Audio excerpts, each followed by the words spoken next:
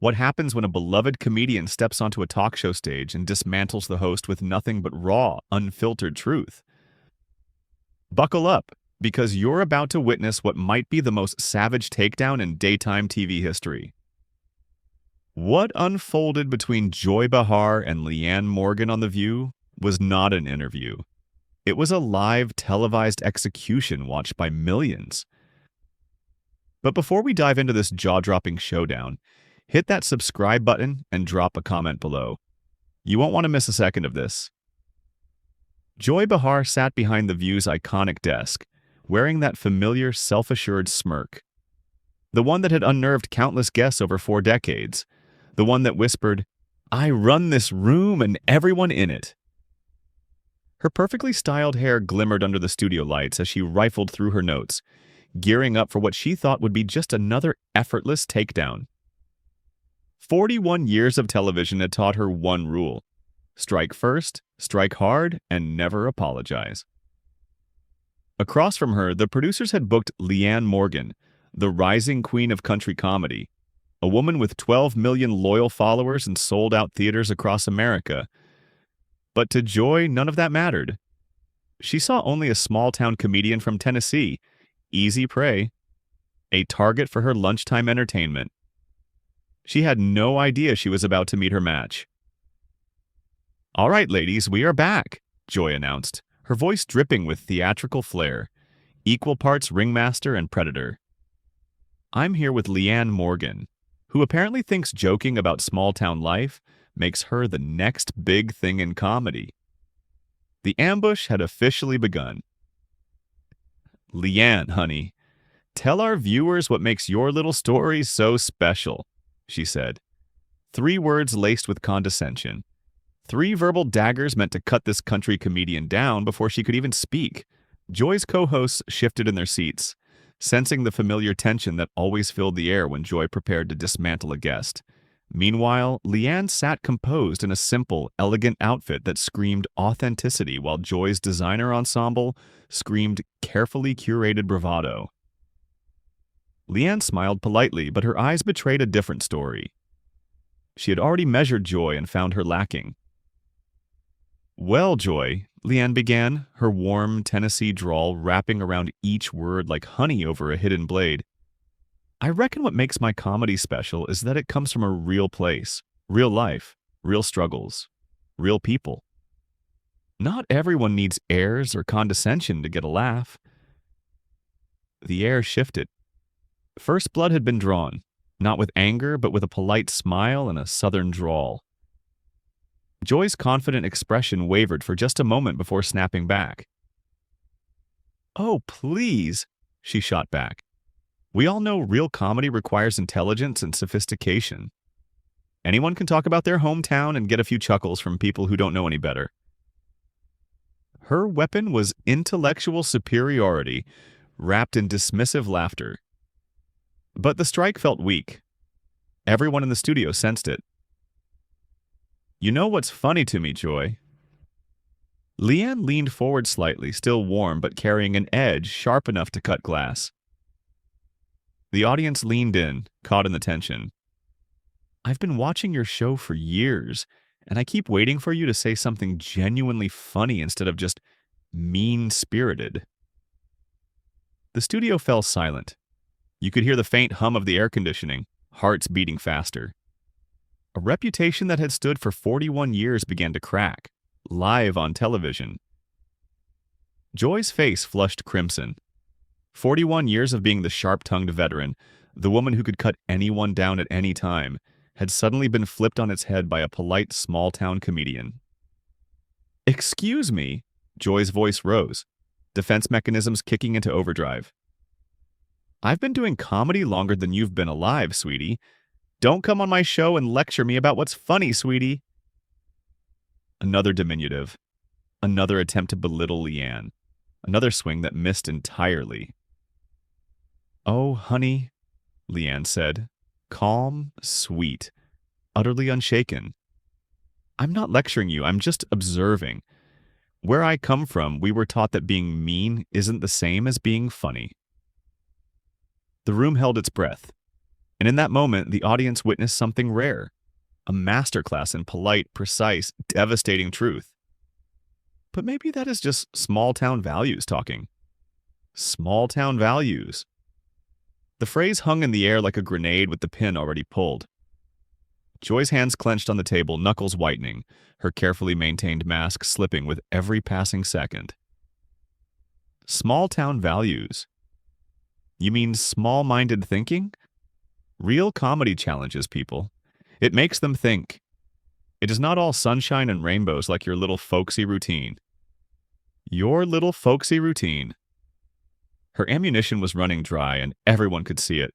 You are absolutely right, Joy, Leanne said, nodding thoughtfully, setting her trap with surgical precision. Real comedy does challenge people. So tell me, when was the last time you told a joke that brought people together instead of tearing them apart? When was the last time you made someone feel better about themselves instead of worse? When was the last time your comedy healed instead of hurt? 3 questions. 3 bullets. 3 direct hits to the heart of everything Joy Behar claimed to be. The questions lingered in the air like smoke over a battlefield. Joy opened her mouth to respond, but nothing came out. For the first time in 4 decades, 4 decades of lightning-fast comebacks and verbal dominance, the woman who had never been caught speechless had absolutely nothing to say. The master of destroying others had been rendered mute by a simple, honest question from a comedian she had dismissed as beneath her notice. Whoopi Goldberg tried to throw a lifeline, attempting to save her floundering colleague. Well, this is getting interesting. Let's talk about your tour, Leanne. But Joy's ego would not allow retreat. Her pride demanded a counterattack, even with an empty arsenal. Wait a minute. Are you seriously trying to school me on comedy? Do you have any idea who you are talking to? I have been on television longer than you have been telling jokes at church socials or wherever it is you perform. Church socials. The words dripped with dismissal, the last desperate swing of a fighter who knew she was losing. Leanne's smile never wavered. Not once, not for a fraction of a second. Church socials, comedy clubs, theaters, Netflix specials, sold-out arenas. You name it, Joy. The thing is, it does not matter where you perform or how long you have been doing it. If you have forgotten why you started in the first place, comedy is supposed to heal, not hurt. 8 words landed like a sledgehammer on everything Joy had built her identity around. Oh, spare me the after-school special philosophy, Joy snapped, her composure now completely shattered. Comedy is about truth, and the truth is that not everyone is cut out for this business. Some people should stick to their little local circuits instead of trying to play with the big girls. Big girls. The playground taunt of a woman who had run completely out of intelligent things to say. The audience grew restless, sensing the raw hostility radiating from Joy like heat from a 5-alarm fire. But Leanne remained calm, as serene as a summer evening, patient like a hunter who knows her prey is already wounded, waiting for the perfect moment to deliver the final blow. Big girls, Leanne repeated softly, her southern charm still present but now carrying the weight of cold steel. Joy, honey, let me tell you something about big girls. Big girls do not need to tear other people down to feel important. Big girls lift each other up. 2 statements. Each one a mirror held up to Joy's entire career, reflecting back something ugly. Joy scoffed, a defensive mechanism of someone who had no defense left. Please, this is not kindergarten. This is show business. If you cannot handle a little criticism, maybe you should go back to whatever small-town comedy night you crawled out of. Crawled out of. Words thrown by someone desperately trying to make her opponent feel small because she herself was shrinking by the second. Leanne tilted her head, genuinely puzzled. Is that what you call this? Because where I come from, we call it being ugly for no good reason. The audience gasped, 200 people inhaling sharply at the exact same moment. But since you brought up criticism, let me offer you some. The studio held its breath. The camera operators leaned closer. Joy's co-hosts exchanged terrified glances. Everyone sensed something devastating was about to happen. Your whole career has been built on punching down, Leanne continued, her voice still gentle as a lullaby, her words striking like precision-guided missiles. You make fun of people who cannot fight back. You mock folks who do not have the platform to defend themselves, and you call it comedy. But real comedy, Joy, real comedy punches up. It takes aim at power, at injustice, at the people who deserve to be taken down a peg, not at regular folks just trying to make their way in the world. Joy's face had transformed from red to purple, a shift from smug predator to cornered animal in under 10 minutes. How dare you come on my show and psychoanalyze me? You do not know anything about my career or what I have accomplished. Oh, I know plenty, Leanne said sweetly, loading her final rounds. I know you have spent years making jokes at the expense of ordinary people. I know you think being from New York makes you smarter than everyone else. I know you built a brand around being the mean girl who never grew up. And honestly, Joy, it is just sad. Sad. One word. Not anger, not contempt, but pity. The deadliest weapon in Leanne's arsenal. Joy's voice cracked, the first sign of real vulnerability cutting through her rage. I am successful. I have a career. I have influence. What do you have? A few YouTube videos and some county fair gigs? Leanne laughed, and it was warm, genuine, the most authentic sound that had graced The View in years. You know what? I have joy. I have people who come to my shows and leave feeling better about themselves. I have fans who tell me my comedy helped them through the darkest times of their lives. I have the respect of my peers because I treat people with dignity. Can you say the same? The silence that followed was not just uncomfortable. It was deafening, damning, absolute.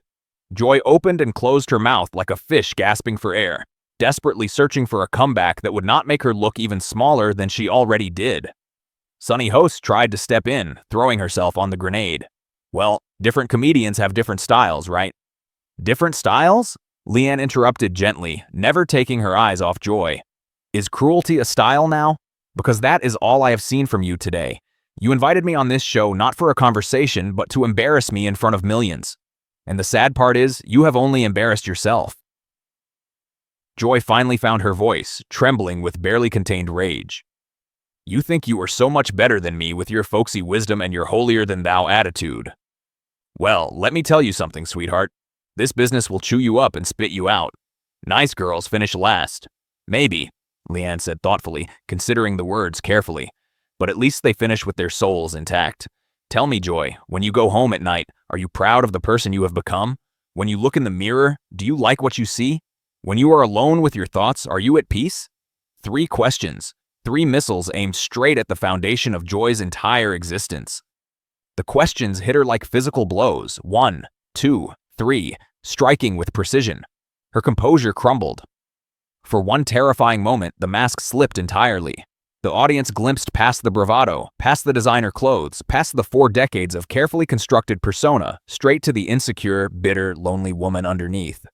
I do not have to listen to this, Joy stammered, hands shaking as she fumbled with her notes like they could somehow save her. This is my show. My show. Actually, Leanne said quietly, her voice calm and steady, carrying the weight of absolute truth, I think it is the audience's show. They are the ones who decide what is worth watching. And right now, they are watching you throw a tantrum because someone finally had the courage to tell you the truth. Joy looked around the table at her co-hosts, desperately seeking support, validation, anyone to take her side. She found only uncomfortable silence. Whoopi studied her hands. Sunny stared at the ceiling. The others avoided eye contact as if their careers depended on it. The realization hit her like a freight train. She was completely, utterly alone. You do not understand, Joy whispered, the fight draining from her. This is how this business works. You have to be tough. You have to fight for your place. You have to be willing to do whatever it takes. No, honey, Leanne said gently now, almost pitying. And somehow, that made it even more devastating. You do not have to become a monster to succeed. You chose to become one. And the saddest part is, you have convinced yourself it was necessary when really it was just easier than doing the hard work of being genuinely funny. The studio was so quiet you could hear the air conditioning humming, the cameras whirring, the sound of a career collapsing in real time.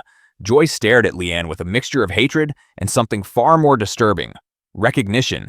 It was as if she was seeing herself clearly for the first time in decades, and the reflection was horrifying. Her breathing grew shallow and rapid, but the recognition quickly turned back into fury as her defense mechanisms kicked into overdrive. She could not face the mirror Leanne was holding up, so she did what she had always done. "You know what?" Joy stood abruptly, her chair scraping the floor with a screech that made the audience wince. "I have had enough of this sanctimonious garbage. You come on here acting like some kind of comedy saint, but you are nothing. You are a nobody from nowhere trying to lecture me about my career." Leanne remained seated, calm and composed, her expression compassionate rather than triumphant. "Joy, please sit down. We are just having a conversation." "No." Joy's voice echoed through the studio like a thunderclap. "This is not a conversation. This is an ambush. You came here with an agenda to make me look bad, and I will not stand for it." The audience shifted uncomfortably, some pulling out their phones to capture what was clearly becoming a historic meltdown. Producers in the control room debated frantically whether to cut to commercial or let it continue, knowing either choice would be explosive. "I did not come here with any agenda except to talk about comedy," Leanne said softly, her voice cutting clearly through the chaos. "But if you feel attacked, maybe you should ask yourself why. Sometimes when we hear the truth, it feels like an attack, because we have been lying to ourselves for so long that honesty feels like violence." "Stop it." Joy slammed her hand on the table so hard that the coffee mugs jumped and rattled. "Stop with your fake psychology and fake wisdom. You think you are so smart, so insightful. Well, here's some insight for you. This business is cutthroat. It is survival of the fittest, and the fittest is not some small-town nobody who thinks she can waltz in here and lecture her betters." Her betters. The words hung in the air, exposing everything ugly about her worldview. Whoopi tried to intervene, sensing the situation spiraling beyond control. "Joy, maybe we should—" "Do not you start, Whoopi," Joy snapped, whirling like a wounded animal. "I am the one with the edge, the one who asks the tough questions, the one who is not afraid to say what everyone else is thinking. Is that what you think you do?" Leanne's voice cut through Joy's rant like a blade through silk. "Because what I see is someone who mistakes cruelty for courage.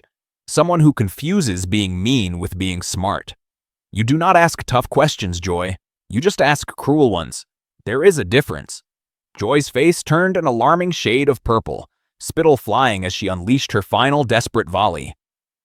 "I do not have to take this from some amateur who probably learned comedy from watching sitcom reruns in her trailer. You want to know what real comedy is? Real comedy is telling the truth, even when it hurts. And the truth is, you will never be more than a novelty act, a cute little distraction for people who do not appreciate real talent." The silence that followed was different from all the silences before. It was not uncomfortable. It was damning. Even Joy seemed to realize she had gone too far, crossed a line that could never be uncrossed. But she was too deep in her rage to back down. Leanne stood slowly, her movements deliberate and graceful, commanding attention without demanding it. When she spoke, her voice carried a profound sadness that made every word land like a hammer. "You know what, Joy? You are right about one thing. Comedy is about telling the truth, even when it hurts. So here is a truth for you. You are not the victim here. You are not the wronged party. You are not being unfairly attacked. You are just a bitter woman who has spent so many years tearing other people down that you have forgotten how to build anything up, including yourself." Joy opened her mouth to respond, but Leanne held up a gentle hand that somehow commanded absolute silence. "I came here today excited to meet you." Genuinely excited, Leanne continued, "I grew up watching you, thinking you were this strong, funny woman who had made it in a business that destroys most people. But what I see now is someone who let that business turn her into something ugly. And the saddest part is, you do not even see it." "How dare you?" Joy whispered, but there was no fire left in her voice. Only ashes where fury used to live. "I dare because someone needs to," Leanne said. "Your co-hosts will not tell you because they are too scared. Your producers will not tell you because you make them too much money, and your audience deserves better than what you have become. But they keep watching out of habit, out of morbid curiosity, out of wondering what train wreck you will create next, not because you bring them joy. When was the last time you brought anyone joy, Joy?" The question hung in the air like a death sentence. Joy looked around the studio, at the cameras recording her humiliation, at the audience witnessing her unraveling, at her co-hosts refusing to meet her eyes. And for the first time in 41 years, she seemed to truly see what everyone else had been seeing all along. A broken woman, bitter, someone who had traded her humanity for the illusion of power and come up empty. "I've been doing this for 30 years, Joy said weakly, wielding the number like a shield that had already been shattered. "And what do you have to show for it?" "Really?" Leanne asked gently, almost kindly. "From where I'm sitting, all I see is someone who has spent 3 decades becoming someone nobody wants to be around unless they are being paid to tolerate her." Joy's face crumpled like paper in a fist. For a moment, it looked like she might actually cry on national television. But then the anger flared one last time, a dying star going supernova before collapsing into nothing. "You think you've won something here?" Joy's voice was shrill, desperate, stripped of all pretense. "You think you've accomplished something by humiliating me in front of millions? Congratulations. You've destroyed someone who was already down. That must make you feel really good about yourself." "Actually," Leanne said quietly, "it makes me feel sad, because I can see the person you could have been. I can see glimpses of the comedian who probably started out just wanting to make people laugh, not cry. But you buried her so deep under all this bitterness and cruelty that I don't think even you remember who she was anymore." Joy stood there, swaying slightly as if Leanne's words had physically staggered her, knocked her off balance in a way no insult ever could. The fight had gone out of her completely. The predator had become prey. The hunter had been hunted. She looked around the studio one final time, searching for something, anything to hold on to. And when she spoke, her voice was barely audible, broken, defeated. "I cannot do this anymore." Without another word, Joy Behar walked off the set. Not the dramatic storm off of someone making a statement, not the theatrical exit of someone planning to return. This was the shuffle of a woman who had finally seen herself clearly and could not bear the sight for another second. The sound of her high heels echoed across the silent studio. Click, click, click, fading into nothing. The cameras kept rolling. The audience sat stunned. Absolute silence. No one moved, no one spoke, no one breathed. Leanne watched Joy disappear into the wings, and her expression held no triumph, only genuine sadness for what she had witnessed and what she had been forced to do. "Well, that was certainly something, Leanne. Thank you for being here today," Whoopi said, trying to salvage normalcy. "Thank you for having me," Leanne replied, though her heart was clearly no longer in the pleasantries. "I hope Joy finds what she is looking for. I truly do." As the show finally cut to commercial, the audience slowly began to process the magnitude of what they had just witnessed. They had come expecting light entertainment, celebrity gossip, the usual daytime television fluff.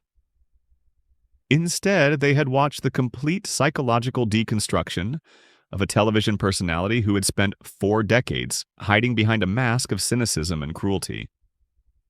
In the end, it was not anger that brought Joy Behar down. It was not shouting or matching cruelty with cruelty.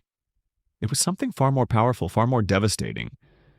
It was the simple, unvarnished truth, delivered with compassion by someone who refused to play by Joy's rules, someone who refused to sink to her level, someone who refused to become what she had become. And that is how a small-town comedian from Tennessee managed to do what no politician, no celebrity, no fellow comedian had ever done in 4 decades. She held up a mirror and forced Joy Behar to see exactly who she had become. The image was so unbearable that Joy simply could not face it anymore. What does it take for someone to truly change after decades of becoming someone they were never meant to be? Is redemption possible after 41 years of cruelty? Can a person rebuild themselves after tearing down so many others?